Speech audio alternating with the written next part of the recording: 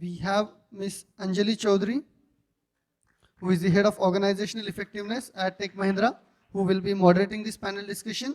And we have our panel members, Ms. Chitra Rekhade, who is the Vice President, L&D, Talent Development and OD at Zindalex.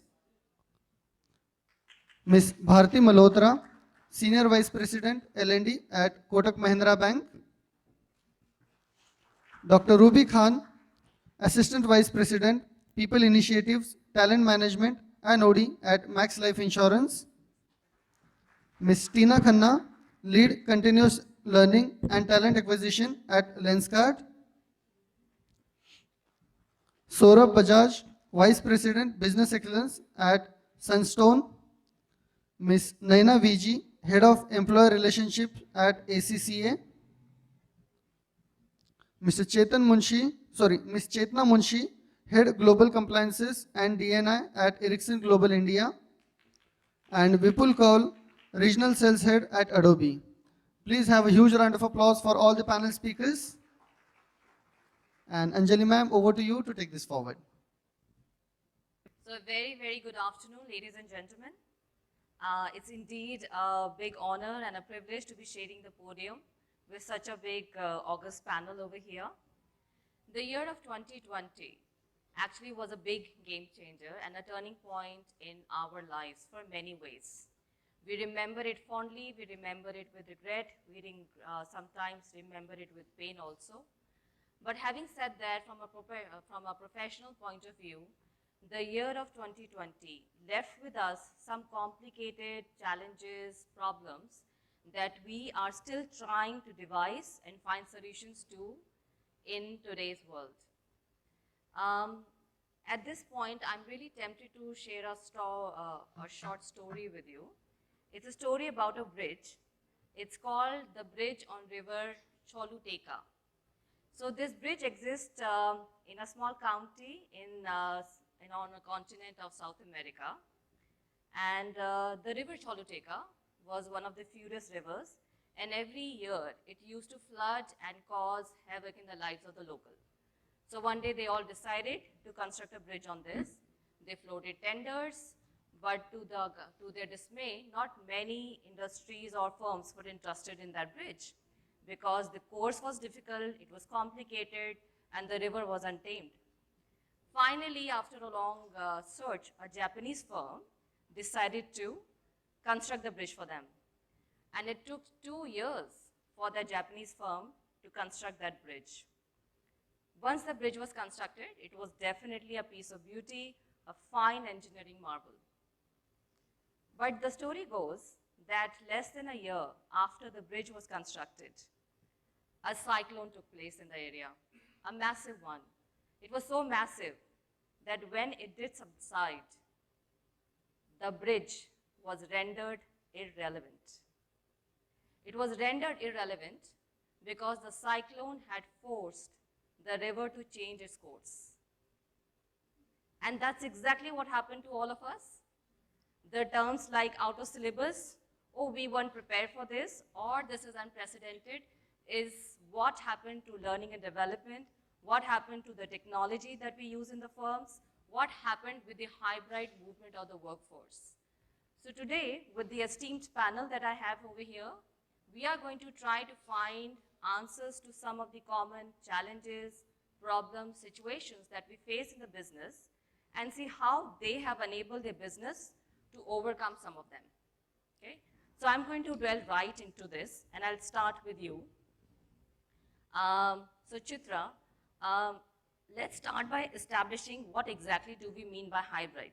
So for your organization, what does hybrid mean? Thank you so much, Anjali. It's a pleasure to be here with all of you and all of you here. Hybrid for my organization means a combination of people who are working either from office or from home. Hybrid literally means only this, but much, much more is only what we are realizing every day. So that's my short answer. Okay, thank you so much. Bharti, will move to you now. And for your organization, how many people are currently doing hybrid? Well, thanks Anjali, and thank you everyone for joining us for this forum today. For my organization, I'm from retail bank, right, Kotak Mahindra Bank. Now, there are many people depending upon the units and the divisions that they are and the kind of job roles that they're into. That's the variation that, you know, the percentage varies there. But approximately peak of COVID, of course, it was about, you know, I would say 80-20 because the branches and the banking, retail banking operations are always on. And, but as we move into 2 years down the line, we're changing that ratio. And I think we clearly see that ratio moving towards 70-30 to 60-40 now in the times to come. Yeah? Fabulous. So we'll move on to Dr. Rubi Khan. So Rubi, would you tell us that, yes, we see that the ratios of workforce percentage is changing. Organizations work in the format of 60-40, 30-70, etc., etc. The research actually says that 53% of the workforce is choosing to stay in the hybrid work format versus either completely work from home or completely work from office, okay? With that complexity in mind, how has that impacted your business? What nuances of the business have got impacted in that fashion? Good afternoon, everyone. I'm glad to be here in front of an august audience and my co-panelist. My name is Rubi Khan. I represent Max Life Insurance. And by the name itself, we belong to the insurance industry, which is highly conventional, but I'm glad I'm representing a very progressive organization. So at the same time, when I belong to a progressive organization, my organization has been extremely agile during these times. And when I say the organization has been agile, the people have been extremely resilient. And hence, when we've been resilient, we have coped up with this COVID-19 very well, right? We went phygital in our sales. We never thought our agent advisors, our ADMs, our frontline will be able to sell offline, digital, and now phygital. I'd be lying to you if I say we are hybrid. We are not. We are back to business. We are physical. We are working 5 days, 6 days. Our branches are on. Our people are back to offices. But are we capable to go back to digital? Are we capable and are we shifting to a digital mindset? To answer that question, yes. We have coped up to that scenario where our organization is agile enough to take that situation where in case if something like that happens again, we will be able to go back to digital or phygital again. Okay, thank you so much there. Okay, I know Tina, you're from retail as well. How has that impacted your business setup? So Anjali, I would say actually for us, hybrid has been a very different definition. For us, hybrid is not a choice of people working from home or people working from retail. For us, hybrid really is about change in the composition of workforce that works for us. So we used to have full-time employees all the time. And for us, hybrid really has opened up the doors to look at what kind of employment we can generate for people and then backward integrate it into L&D. So for us, hybrid has not been, and this pandemic has taught us, you know, I was looking at learn, unlearn, and relearn. So that's actually for the organization, not for employees anymore. With hybrid, we have now gotten into part-timers. Part-timer models have evolved in a way where people can now work with Lenskart as an organization for an hour, 2 hours as well. So the whole definition for hybrid for us was not about timelines.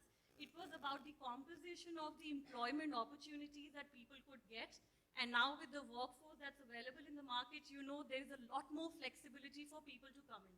And that is possible now because the L&D structures are supporting it so that people can learn and perform on the job and make sure the hybrid definition around the ecosystem of retail changes completely. Okay, thank you so much. I think that's a very interesting point. Hybrid is no longer only about the flexibility of the location. It's about time zone. It is also about the kind of employment that people take, as Tina has elaborated. And it's also about, in many organizations, about the kind of projects and the kind of work you want to do. So there are people who are choosing to spend 30% of their time on the conventional work and maybe some other percentage of their time on exploring new avenues and geographies. Okay? Thank you so much for helping us sum that up. We'll move on to Sorabh now. Okay. Sorabh, from your perspective, because you're looking at you're getting the outside view of the industry, what are the top 3 challenges that you see which can be supported by technology to overcome in the field of learning and development? Interesting, and given that this is an L&D conference, so I'll probably focus also on the L&D piece. I think there have been some good presentations beforehand as well, how technology actually is helping, be it micro-credentials, be it probably learning on the go. I think prior to pandemic, one of the requirements we always had from corporates particularly was, can we have a bite-sized content people can use? I think this has certainly been propelled, given that now technology has enabled. When we say technology, let me take a step back. It is not just about online learning content on different platforms. It's also speed of internet on your device as well. I think overall it has improved. So we are able to then able to consume more content, make it. Now AI probably we are, when we talk about AI, the utopian situation certainly would be that, Sorabh today sitting here in this conference, can I have, based on the question which raised to me, can I have an answer right in front of me? What should I probably answer? So the contextualized or personalized learning, as we say. But I think we are slightly far from that, but is technology helping us get there? Absolutely. While we are talking about technology, I think we probably need to see that underpinning, there is a lot of research and science behind it. Now, when you talk about personalized learning, technology is just a delivery arm, but on what basis the personalized content has been delivered to you, this has to be researched by somebody. So that's, I think technology alone may not solve all of the problems, but as you rightly pointed, 3 challenges, as you rightly asked, 3 challenges which we see technology can help organizations, employees, students, whoever, from a solution perspective. I think learning on the go, learning as you need, learning certainly what you need to do. So these are some of the areas, from an L&D perspective, I see that where technology can certainly help. Okay, good. Thank you, Sorabh. Chetna, we'll move on to you. You did a brilliant session before this one, and we got a lot of insights over there. I think the question we'd like to check with you is that we all knew the syllabus changed, and we saw that the format has changed, the rules of game have changed. The team also needed, the learning and development teams also needed a lot of investment. What were the top 2 or 3 things that you and your organization decided to invest in to help them tackle the situation? I think a brilliant question there. I've been in L&D now for, as I said, more than 2 decades. What I've realized, not only because of the pandemic, but even before that, and thankfully pandemic made that realization even more firm. It's very easy for us as L&D team to tell the business what they should be doing, how they should be doing. It's very rare for us to take the learning back to us, right? So I think pandemic made that point very clear that if your entire gamut of your workspace has changed, how you work, how you deliver, how you look at things, you cannot do justice to that unless and until you do a look back and say what else within my ecosystem of L&D also needs to change. So top of the mind, 2, 3 things that we did is, one, all of us within the L&D team needed to have a better technology grip. And I'm not talking about just the platforms. I'm talking about the business that we are into. What does my business do? Because if I have to go and convince them to do things differently, I need to really understand what their ground realities are. What kind of a solution, hence, that I can propose will actually be something that they can accept or resonate with. So one, understanding of their business. Second is, we work with a lot of vendors, like I'm sure a lot of others do. It was a big changeover, not only for us, but also for them to move over to a new technology and so on. So what we realized is that if we have to succeed, we can only do that if we partner well with our vendors. And that many a times I remember, and as I said, I have some of my colleagues sitting here, we actually sat down and worked with our vendor partners and did sessions along with them, because the trainers from the vendor side, for example, they were very comfortable doing sessions face-to-face. But now they were supposed to do the same sessions, supposedly equally effectively, using maybe a Zoom. Now, they know the subject, but they are not very comfortable with the platform, the breakout sessions and whatever functions that you have there. So we had to together sit down and learn. It was a learning at our end, it was definitely a learning at their end. So that was the second investment we did.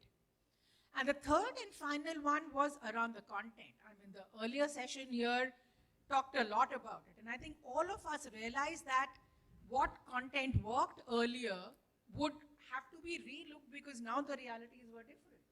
So I think those were the three top takeaways for us in terms of what we did. Okay. Thank you, Chetna. So Naina, coming to you, I'll actually like to repeat the same question, okay? Because you have a different perspective and you work with organizations helping them to make their L&D effective. So what were the top 2 competencies that your organization invested in for their internal team so they are effective enough to help their businesses? I think that's a very interesting question, Anjali. And I come from a different sector, if you could say. I'm from the education sector. I work for Association of Chartered Certified Accountants, and we develop professional accountants across the world.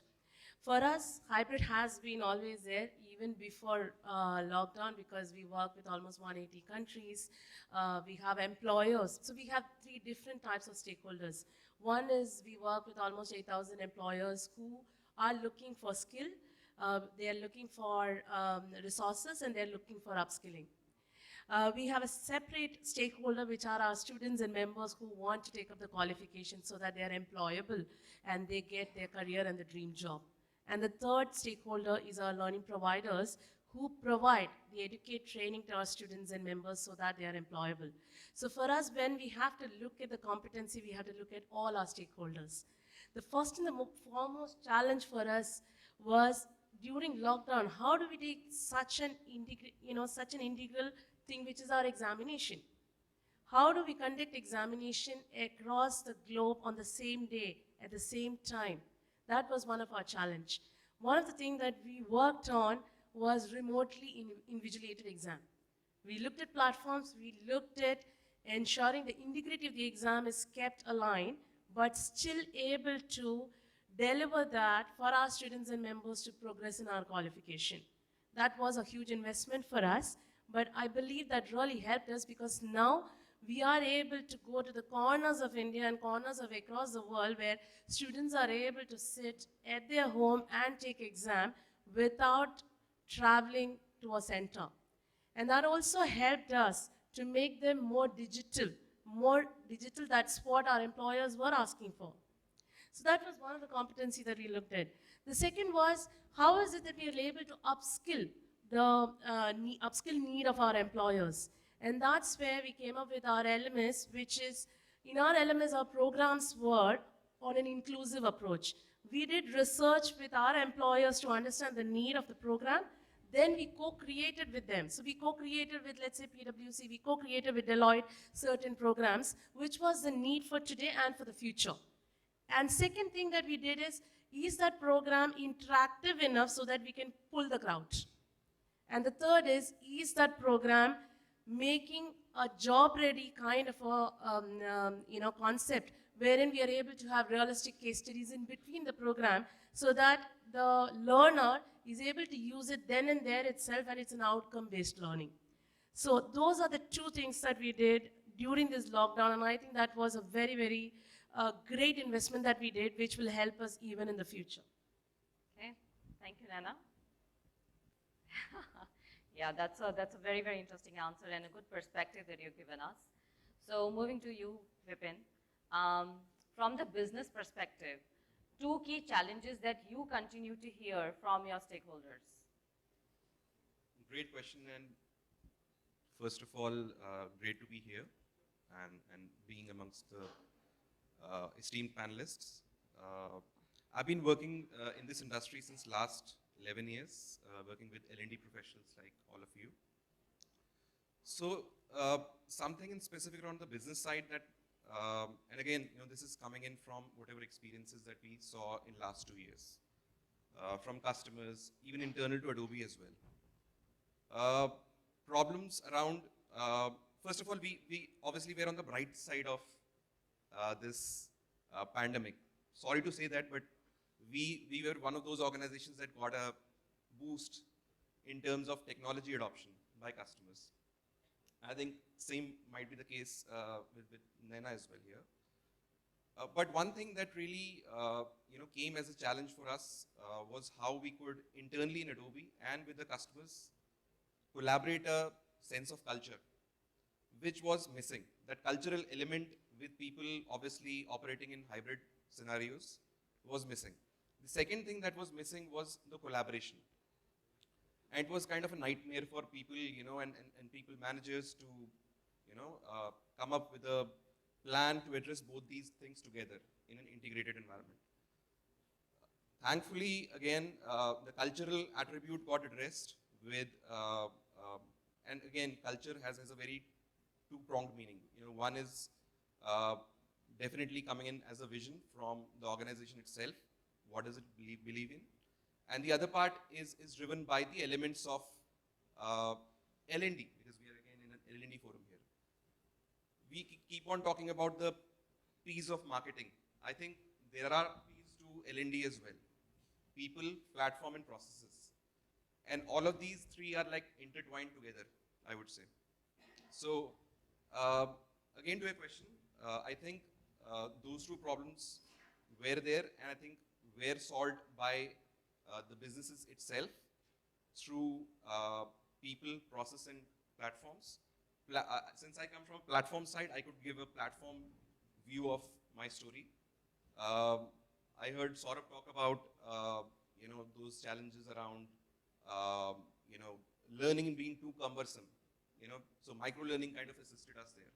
Learning kind of got in the flow, and then elements of personalized learning came into play, wherein AI-driven platforms kind of came to the fore, and it became important for everyone to kind of have their own learning journeys in their own hands, right? So yeah, pretty much that from a technology standpoint. Okay, all right. Thankfully, again, from an Adobe standpoint, since we already started with a platform back in 2015, for us that transformation from an completely in-person mode to an offline and then to an online mode again was seamless rather, and that kind of was driven right from the top.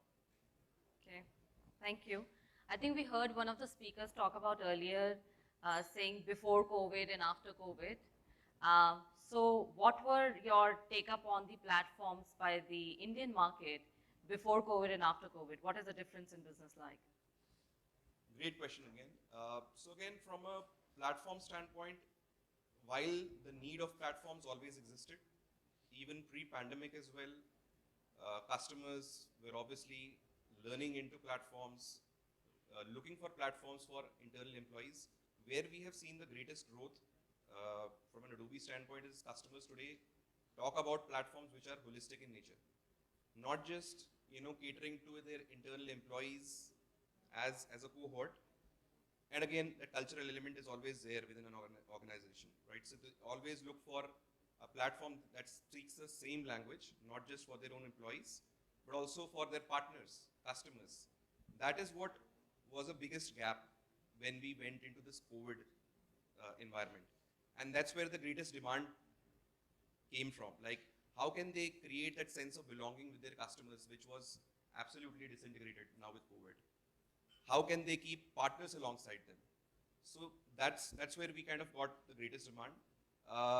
The new age conferencing tools, conferencing technologies came to the fore. Like, I mean, we are all aware like how Zoom kind of zoomed in this space between 2 years. But at our end as well, we already have a conferencing solution named as Connect. Not sure if you guys are aware of. I heard in the morning that somewhere is already aware of Connect, so that's great. So we, as a technology provider, streamlined the entire learning as a process, starting from content creation to delivery and then conferencing. Okay. Thank you. Thanks for giving us that perspective. And indeed, I'm sure after COVID, the platform, the technology uptake has been really high. and we hope that you continue to shine along with your organization. Thank you so much. All right. There's a flip side to it, however, I'll just add to it. With like too much of technology, there is always that technology fatigue, Burnout. kind of burnout creeping in. The alternate to that, I mean, something that we already discussed, like, how it could be personalized, how it could be a fun experience. So all that thing is kind of also coming up. Like, we keep on hearing that from our customers, like, can it be gamified? Can it be fun? How can you bring learners to the table? Rather than, learners kind of being like in the mode of, oh no, I need another session blocked in my calendar. Great. So we just heard the bell, which basically means we are 10 minutes away from their lunch plate and the panel conversation. Yeah? So we are going to be very sensitive, believe me. We know their hungry tummies over there. And Nana will move on to you. Okay? Your organization works in different geographies, right? So when you were doing your post-COVID or during COVID strategies, would you like to share an example where you continue to have a challenge in spite of trying to put most of your digital strategies in place? Very well. I think that's a very good question, especially because our organization, my organization works in different time zones, different team, different culture, getting a collaboration. And I think, some things that we continue to have a challenge, but we are still working on is collaboration. Between the teams, between the time zones, between the diversity that we have, what India as a market would need, not necessarily be something that is required in a market like UK or a market which is developed like Singapore. How is it that we're still able to provide necessary tools, necessary programs which are global in nature, but at the same time meeting the needs of each of the countries? And that's why when we are trying to do any kind of new programs or new qualification, we try and talk to our stakeholders, understand from them what's their needs. Because majority of the organizations also that we work for are global in nature. So what are their needs? And then we do research. So just to tell, when we were doing a research, we have a research on Generation Next. In Generation Next, 86%, we did almost 20,000 students and learners across the globe, and 86% said one of the top priority for them to choose an organization is whether learning is a value of that organization, is continuous learning available in that organization. It's not career or the growth which came in first, and that's what the millennials are required. So for us, collaboratively looking for any short-term programs or collaboratively successfully conducting a project, how is it that we can incorporate the diversity, how is it that we can incorporate difference, but at the same time be global? That was one of the things which was something we were finding challenge, but we are still progressing towards a better way of collaboration during this lockdown period. Thank you. Okay, thanks over there. Okay, so Chetna will like to move on to the solutions now, because I'm sure the audience is interested in understanding what kind of solutions we worked in. Would you like to share an example of a point solution that you use for a business to help them really pick up the challenges they were facing in LD? Yeah, thanks. I think that, in my mind, hasn't really changed much. If we look at the approach, how we approach L&D, and that's my personal take, some of you might have a different experience there. L&D, in my mind, has to work as a consultant and an enabler only, right? You might know things how L&D work, but I think how business works, you have to give business their due. So if you try to teach them how to do their business, obviously I'm sure they will not be very happy about it. So where L&D has to play a very smart role, and I think most of us here would have been doing that role, is that you have to understand what is the business's need. And as I said in my earlier session as well, if you link that need to something which is common, could be a strategy, could be a pain point that they have, could be something similar where you kind of agree and you don't spend too much of time in convincing your stakeholder, because that's where I think most of the L&D gets into. they're not convinced, you have a different ideology, they would have a different take, and hence it's my way or the highway.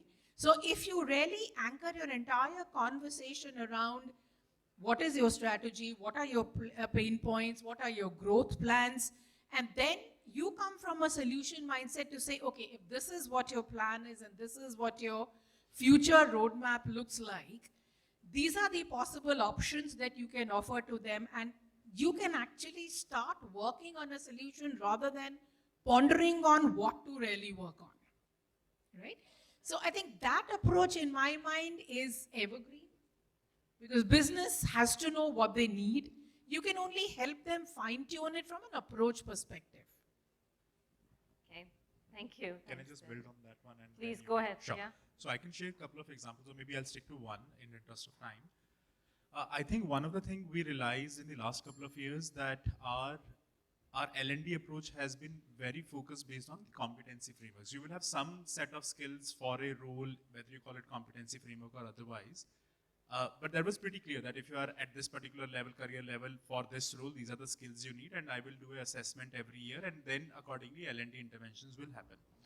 In the last 2 years, what happened? We realized that there are additional skills, power skills, some companies call it, or soft skills, which are equally important or sometimes even more important than the usual traditional skills in the competency framework.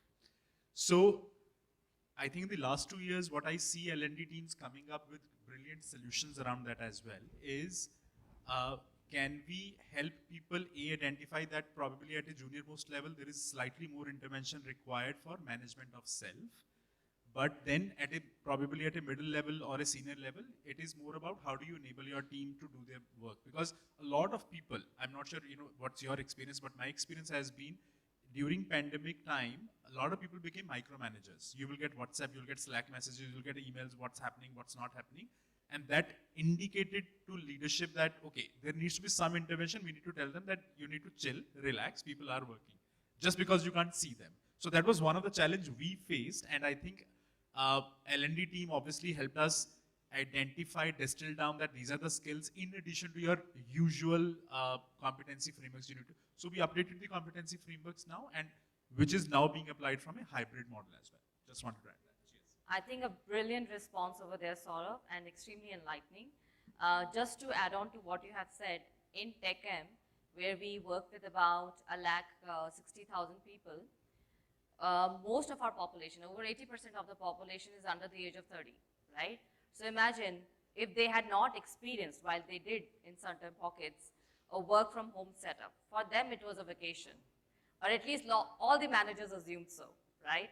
And we had to go back and start training at a very rudimentary level. We started with training people how to manage themselves, their work, plan, prioritize, respond. We had to educate the managers saying how to deal with the teams in a virtual setup, how to manage them, how to manage their KPIs, KRAs, and then one of the most important factor, which is the employee well-being. So we spent a lot of time talking, creating content around employee welfare and providing employee access, okay? With this, thank you so much. I think because we're just 5 minutes away from the lunch, is this the right time to take the audience questions then? Okay. How much time do we have for questions? We can take 2-3 minutes. All right. Audience, over to you. Any questions to the panel? Yes. Start with your name and your organization.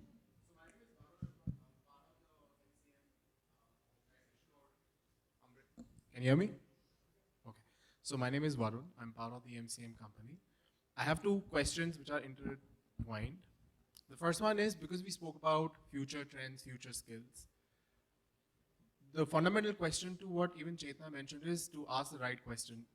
So if I want to change and look for future skills, how do I identify that I have the right talent to identify what those future skills are?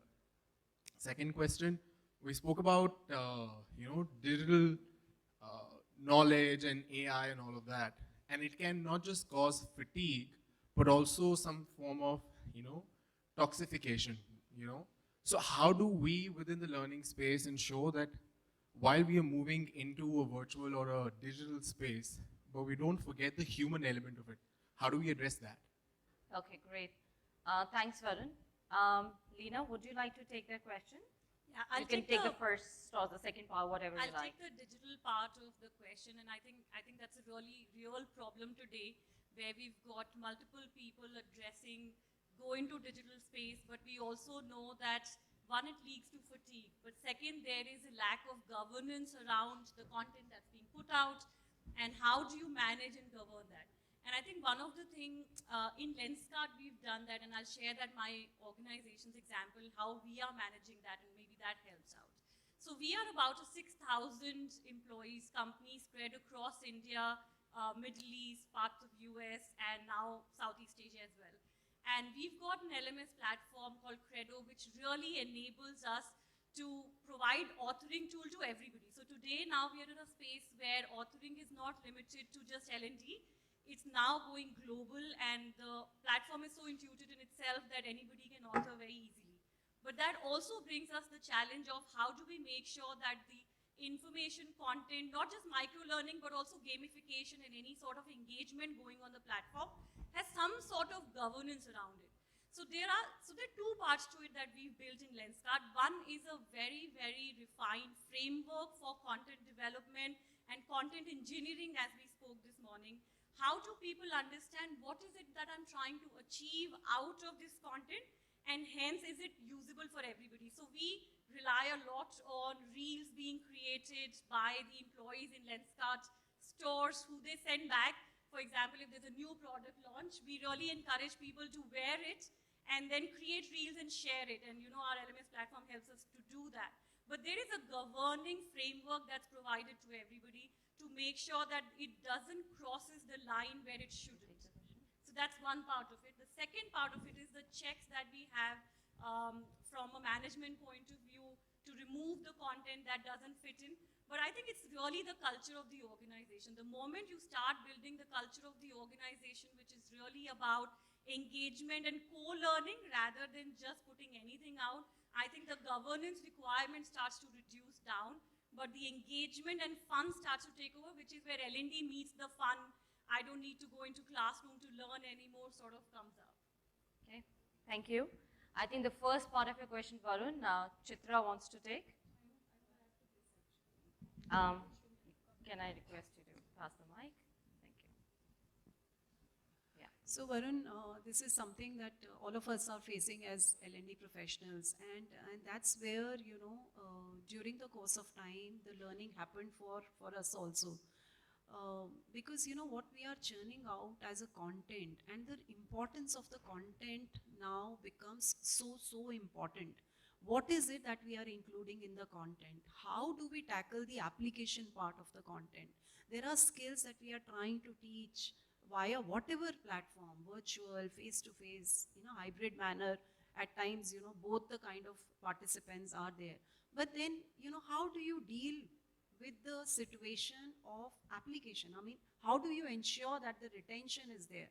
And I guess, that's where that toxicity comes in, and that tiring emotion comes in, that, too much of digitalization, where does that human connect has gone away? So, and hence importance of content creation. Now the content has to be, all of us as professionals, we need to look into it, that the content has enough opportunity for engagement, experiential activities, avenues for them to come across, talk to each other, and do variety of activities before and after the sessions also. So, digitalization can only help till an extent. That human connect, I guess we will have to build via other stuff which we can do pre and post also. So that's my answer to your question. I'll just kind of try and address the first point which you talked about, how do we develop the talent? In my experience, one of the core reasons why L&D is seen or tagged as an SME area, I think there is no shortcut to learning your business. Business of L&D and business of business. Unless and until you don't merge the two as a skill set for an L&D, you cannot do justice to what you're expected to do. Let me elaborate or illustrate what I'm talking about. Asking the right questions is a very easy statement to make. while I didn't make that. What is not so easy is how do you go about it? How do you know, as I said, in my session as well, that what you are asking is supposedly the right question, forget about the answer. One of the, I would say, right way of going about it, in my experience, is you have to have, as an L&D practitioner, good amount of knowledge on what is happening in the industry, forget about your organization. In terms of tools, in terms of platforms, in terms of trends, in terms of what is in vogue, not in vogue, what are the challenges, where is the industry going, so on and so forth. Second thing, you also need to superimpose that knowledge is what is your business is going through. What is it that they are looking for in terms of the support? They will not come to you unless they have a need. Why is that need coming, in? What is the context? What is the relevance? What's the, everything that you want to know about it. If you have these two pivots that you have a good hold on, hopefully the questions that will come out will make sense. I'll just pick up from where she's left as a co-panelist.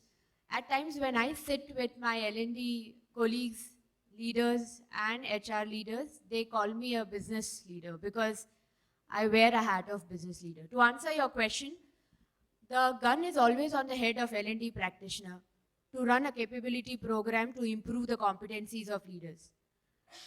There are 3 practices which have been very successful in Max Life, which I led, and I'm very proud of it. 1, creating a learning ecosystem.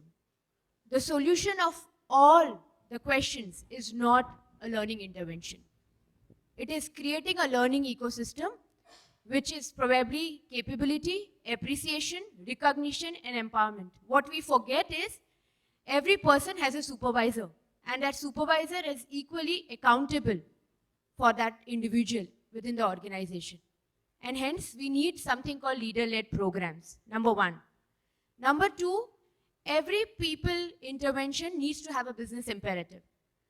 And when we did something called Talent Council, Talent Scorecard, what we turned around is an internal talent mobility.